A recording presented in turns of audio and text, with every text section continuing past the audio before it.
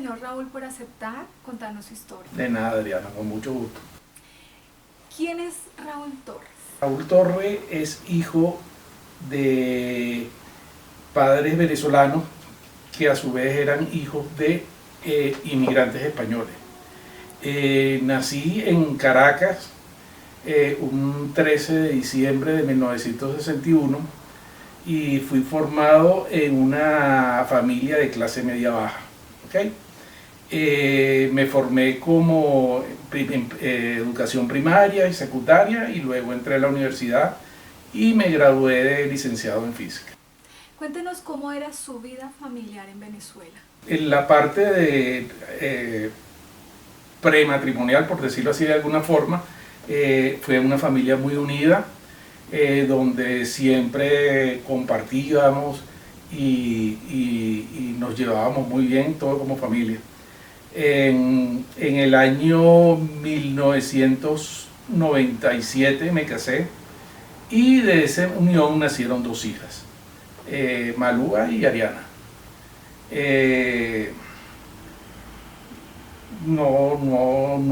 Todo siempre fue muy llevado acorde en unión, en felicidad, todo muy bien. Bueno, cuéntenos cómo inició su vida laboral en Venezuela. Como te dije, me gradué en la Universidad Central de Venezuela en física.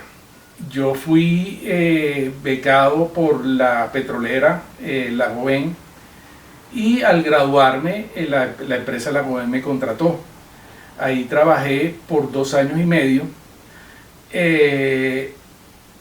y tuve una propuesta mejor de laboral y me salí de la petrolera a trabajar en la empresa privada, que es una empresa que se llama Suelo Petrol.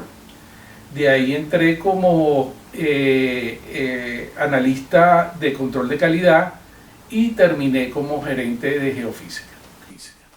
Bueno, en Venezuela hubo un paro petrolero en el año 2002. ¿Cómo se vio afectado su trabajo en Suelo Petrol, que era la empresa donde usted laboraba en ese momento? El 2003 y 2004 no hubo actividad, prácticamente dejamos de operar, pasamos años prácticamente sin cobrar, hasta que en el 2005 empezó a reactivarse la industria petrolera por el sector privado. Empezaron a entrar empresas argentinas y empresas estadounidenses en Venezuela a través de las nuevas normas que había propuesto PDVSA, pero en el 2009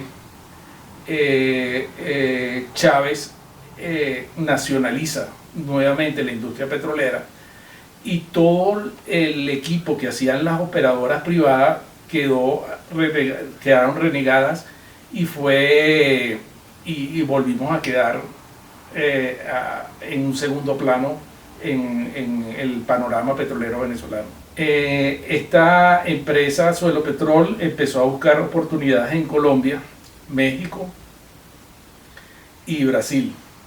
Tuvimos actividades en México y en el 2010 empezamos a tener actividades aquí en Colombia con Suelo Petrol. Suelo Petrol se ganó un campo en Colombia y empezamos a hacer exploración aquí. Fue la primera entrada que tuve yo hacia Colombia. ¿Y en qué momento usted cambia de Suelo Petrol a otra empresa?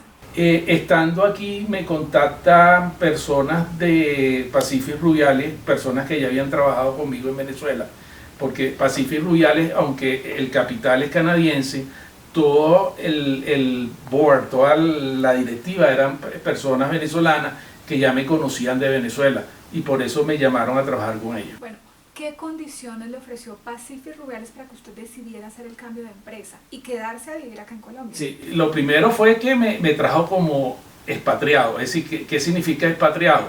Que tengo ciertos beneficios que no tienen los nacionales.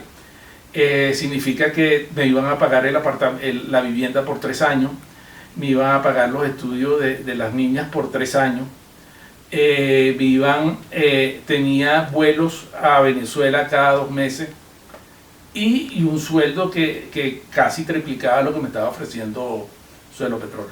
Bueno, y en cuanto a su familia, ¿cómo tomaron la decisión de usted venirse a vivir acá a Colombia y ellas quedarse allá? Bueno, toda la decisión fue concertada, tanto con mi familia nuclear, por decirlo así, mi esposo y mis dos hijos, tanto y con mi familia paterna. El único que puso cierto reparo fue mi papá, y me hizo un comentario que me dijo: acuérdate que a ningún venezolano le va bien en Colombia. Pero de todas maneras la decisión ya estaba tomada, y bueno, y me vine. ¿Cómo fue su experiencia dentro de la empresa de Pacific Rubiales? Mira, fue la empresa estaba conformada por 3.500 empleados, ¿ok? De esos 3.500, 300 éramos venezolanos. Y nos reuníamos, prácticamente vivíamos en todo lo que era la parte de exploración, la manejábamos nosotros. Y me desarrollé más técnicamente, y económicamente también me fue mejor. Bueno, ¿llegó a sufrir algún tipo de discriminación por ser venezolano dentro de la empresa de Pacific Rubiales en ese entonces? Por parte de la empresa no, pero mucho personal de Pacific Rubiales, personal colombiano, decía que nosotros habíamos llegado a quitarle el puesto de trabajo a ellos. Siendo una empresa que estaba formada por venezolanos, que los venezolanos fueron los que trajeron la plata, ellos decían que nosotros le quitábamos el trabajo a ellos. Bueno, cuéntenos cómo era su estilo de vida en el momento que usted llegó a vivir a Colombia y donde empezó a devengar un buen sueldo. Mira, vivía en una zona muy parecida a lo que yo vivo en Caracas, ¿ok? Una zona que aquí se considera estrato 6. Tuve un poder adquisitivo mayor y me pude dar ciertos lujos que no me daba en Venezuela. ¿Cuáles lujos? En Venezuela tenía 2 carros, aquí pude tener 3 carros. Pude viajar más seguido a visitar la familia en España y reunir cierta cantidad de dinero. ¿En qué momento y cuál fue el motivo de la salida de Pacific Rubiales? Pacific Rubiales entra en picada en el año 2015. ¿Por qué? Porque empieza a bajar el precio del petróleo. Teníamos un petróleo a $100 y empezó a bajar hasta llegar a $30. ¿Qué significó eso? Que Pacific Rubiales, que era una empresa que estaba endeudada por $5.000 millones, no tenía capacidad para pagar esa cantidad de dinero. La primera opción fue empezar a reducir personal poco a poco, y llegó un momento que el 16 de agosto del 2016 me tocó a mí y tuve que salir.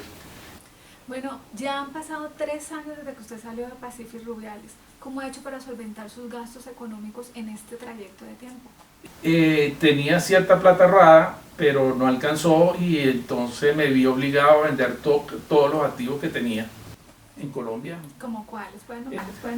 Los 3 vehículos y ciertos relojes de gama alta que había comprado. ¿Cómo es hoy en día su relación familiar? La familia mía nuclear, de pareja, ellos no quisieron venirse, nunca les gustó Colombia para vivir, y ellos se quedaron en Venezuela. Eso empezó a distorsionar un poco la relación, porque empezamos la vivencia como solo nos hace ver los errores que teníamos antes, y que por la vivencia cotidiana no lo tomamos en cuenta. Llega un momento en que uno empieza a encontrarse como extraños, y que cosas que pasábamos por de alto, en esos momentos se hacían notar más, y eso fue resquebrajando la relación. Bueno, ¿qué ha sido lo más complejo de vivir usted aquí en Colombia?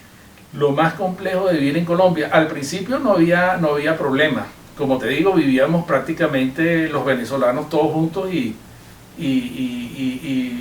nos desenvolvíamos juntos.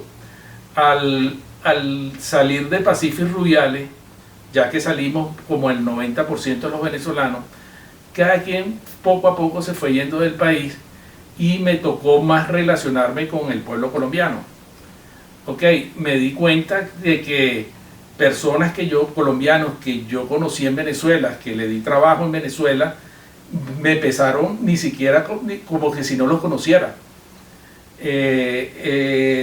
Y vi que la situación cada día se está poniendo más y más xenofóbica hacia el pueblo venezolano. Me imagino que es por la alta migración que hay. Bueno, en cuanto a su país, ¿cómo ve la situación en este momento? Mira, la veo caótica, la veo que no hay un rumbo. El presidente encargado dice que hay una línea, pero nunca dice cómo hay que llevar esa línea. Y la situación de que en enero se hablaba de meses, ya en una entrevista que le hicieron, él está hablando de años. Entonces yo veo la situación muy mal para Venezuela. ¿En este momento tiene algún proyecto, ya sea acá en Colombia o fuera del país o en Venezuela? Mira, en Venezuela no hay planes. Venezuela se vive al día. Teníamos un proyecto que íbamos a comenzar en Argentina, pero con la supuesta ganada de la izquierda en la primera vuelta, todas las inversiones que se iban a hacer en Argentina se pararon hasta que no se decida qué va a pasar en Argentina. Entonces, mira, no hay planes concretos en estos momentos. Bueno, señor Raúl, muchas gracias por contarnos su historia y esperamos que se solucionen todos los problemas que tienen los venezolanos en este momento. Gracias a ti, Adriana.